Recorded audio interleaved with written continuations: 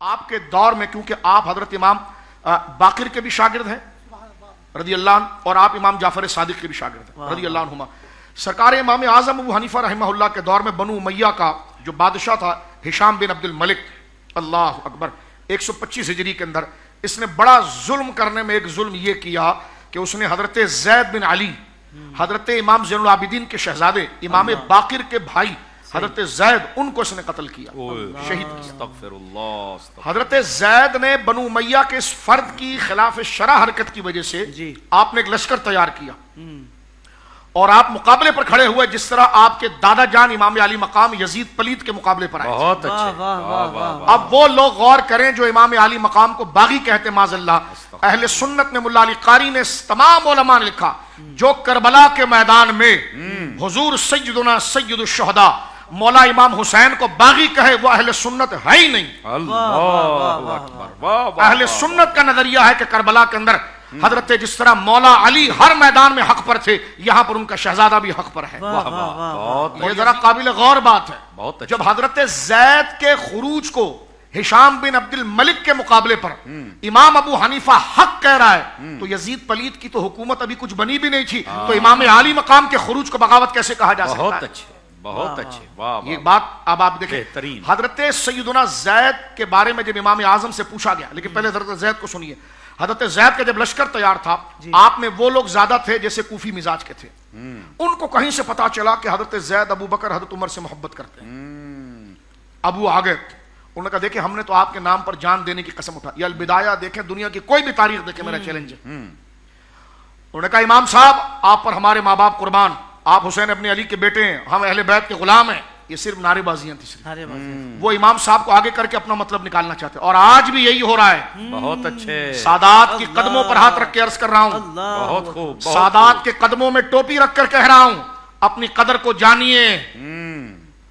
ایسا نہ ہو کہ جو آپ کے ساتھ جڑ رہا ہے وہ آپ کی پاک ذات سے کچھ اور مطلب نکالنے کی کوشش کر رہا ہے۔ سادات کو چاہیے کہ وہ حضرت زید کے نقش قدم پر چلے، حضرت زید کے پاس جس وہ آئے چمچے اور جو چمچہ گیری کرنے والے، انہوں نے کہا دیکھیں یہ تلواریں ہماری گردن پر ہے، آپ اشارہ کرو گے، یعنی ڈرامے بازیاں کر رہے ہیں، اگر اشارہ کرو گے ہم گردن اتار دیں گے اور یہ ہشام کا جو لشکر ہے اس کو ہم دیکھ لیں گے۔ تو آپ نے فرمایا ٹھیک ہے چاہتے کیا ہو؟ کہا پہلے ایک مسئلے کی وضاحت کرو۔ حضرت سیدنا زید نے کہا کیا؟